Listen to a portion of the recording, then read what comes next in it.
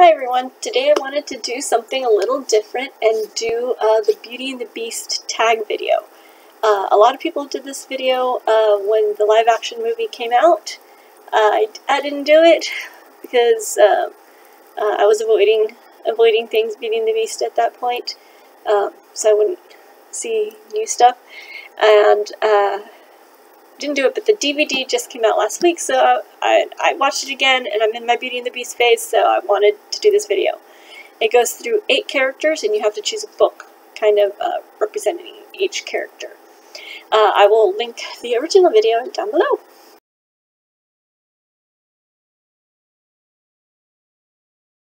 So the first one is Belle. She just wants more than this provincial life. Tell us about a book that takes you to another place.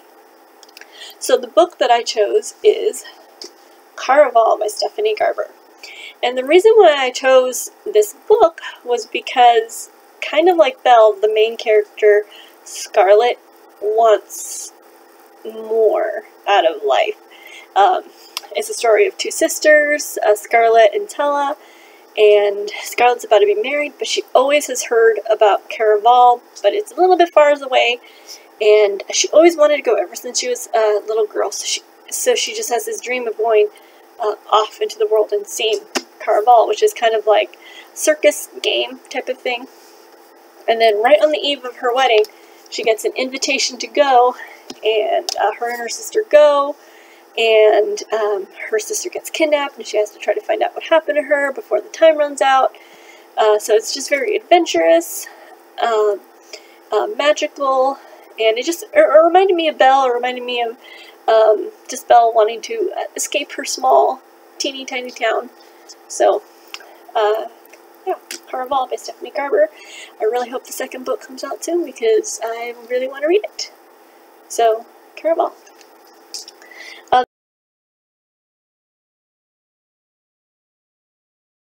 The second one is Beast. He can be a bit scary, but inside he's a softie.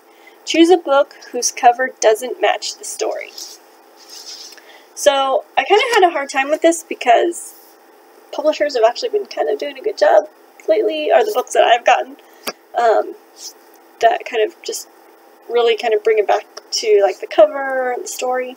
But one that was a little bit off for me was Alex Approximately.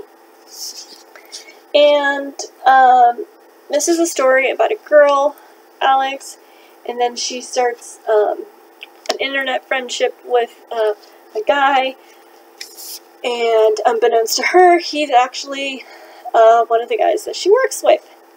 So it's kind of like a You Got Mail type of story. And it's a really cute story, very beachy, but for me, the cover kind of doesn't really relate to the story. Maybe you'll take a look at it. It looks like they're in a pool that might be like a movie screen,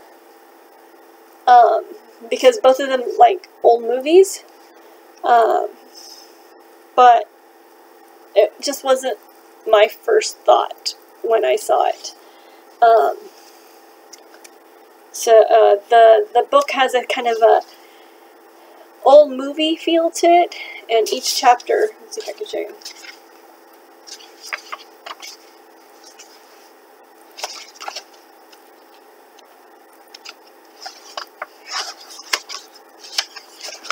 Each chapter kind of begins with a quote from the movie.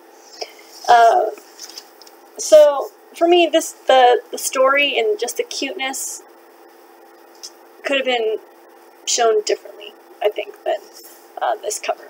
So it's still a good story, but just different color cover.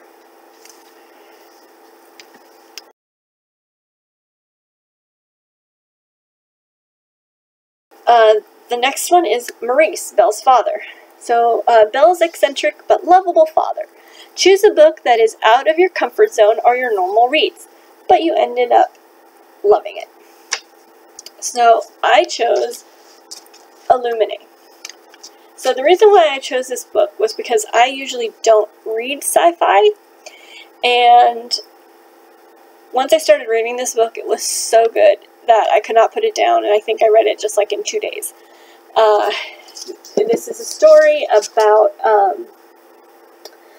Katie and Ezra, and they have to kind of fight against this artificial intelligence on their spaceship because all the town that they were in got destroyed, and they have to find out who did it. And not only are they trying to find out who did it, the AI starts going against them.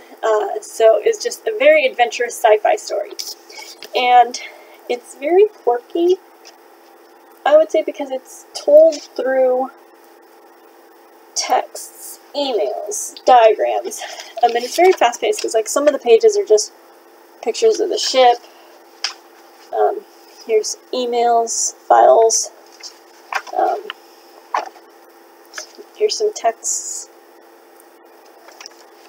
And then more emails, and then some of them are just very short like that. But I kept hearing that this book was really good, and so I picked it up, and then when I read it, I just could not put it down. So, Illuminate. The Illuminate Files by Amy Kaufman and Jay Kristoff.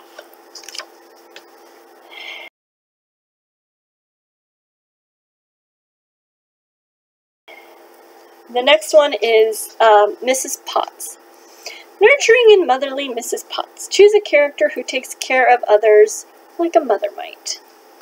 So I chose the mom in YA fantasy literature, Mrs. Weasley from the Harry Potter series. And Mrs. Weasley, even though she is not a main character, she's definitely through all 7 books, and every time you see her, she's either taking care of her kids and giving them sweaters, or, like in the last one, help defending them against people like Bellatrix Lestrange. So, she is just definitely the literature mom. It was funny because I was trying to think of other moms in books that kind of like were up there, but there's not a lot. And even in like classic literature, there's like not a lot. A lot of times in classic literature, even the mom has died, or they're not there anymore, or something like that. So yeah, Mrs. Weasley from the Harry Potter series. And the next one, Chip. Adorable and makes us smile. Choose your favorite children's books. So I have many children's books that I like, but I chose one that is just adorable, and it's A Mother for Choco by Kyoko Kaza. And this book is kind of like the Are You My Mother book, but kind of with an adoption feel, and it's just super adorable. So there's this little bird named Choco, and he's trying to find his mom, but the other animals are like, no, we're not your mom, we're not your mom. I don't look like you, I don't look like you. And he sees all these animals, and they keep telling him, we can't be your mom because we don't look like you. And finally, he meets Mrs. Bear, and she's just so motherly, and she gives him lots of love. And he said, but you can't be my mom because you don't look like me. And she says, oh, well, come meet my other children. So he goes, she adopts him, and all her other children are like a hippo, alligator, bird, little pig. So that it's not just how you look like that makes, it's not just who you look like that makes you family. So this was just so adorable. So I had to choose this book because, like Chip, he's adorable. So, adorable book.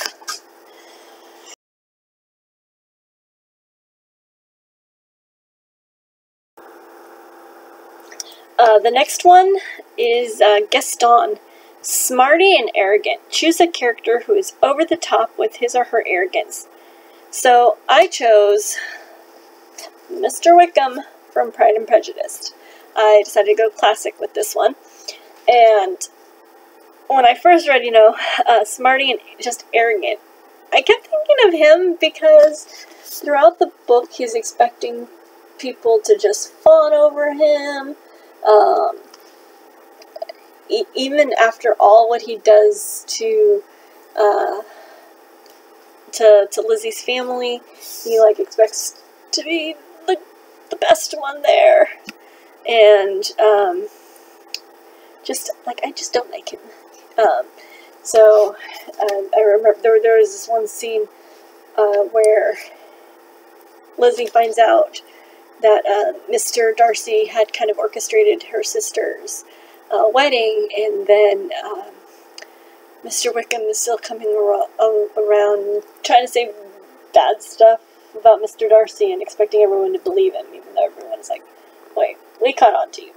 So, the Gaston character, I'm going to go with Wickham from Pride and Prejudice.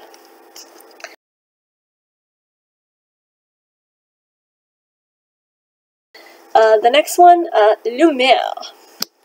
Smooth-talking, swoon-worthy Casanova. Choose a character with these characteristics.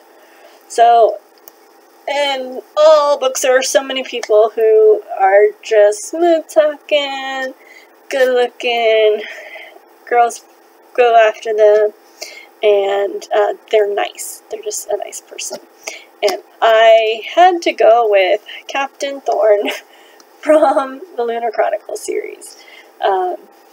When we first meet Captain Thorne, he's in prison, and he's trying to escape, and he's still like, yeah, I don't know why they're trying to hold me here. He has a quit. He knows he's good looking, and he uses that. So just very much a ladies' man, but you just can't help but like him. And the relationship between him and Cress is so cute. So I chose Captain Thorne. Yeah, so he's the Lumiere character. And then Codsworth. He was a bossy, no-nonsense leader of the household. Choose a character who takes charge and is the voice of reason for those around them. So again, I went with classic literature this time, and I went with Persuasion and Elliot. And throughout the whole book, you'll see that people are just relying on her, and she's the one who has more common sense.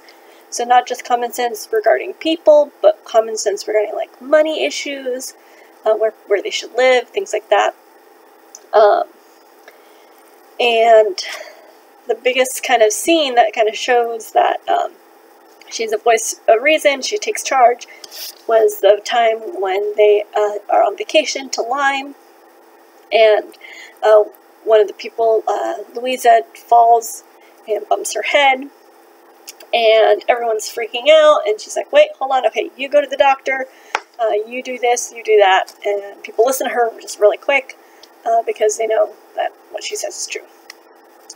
So, and Elliot, for just being the voice of reason and taking charge.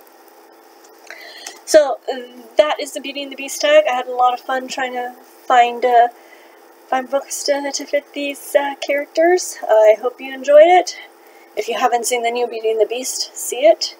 And I will see you next time. Like and subscribe, and I'll see you next time. Thanks. Bye.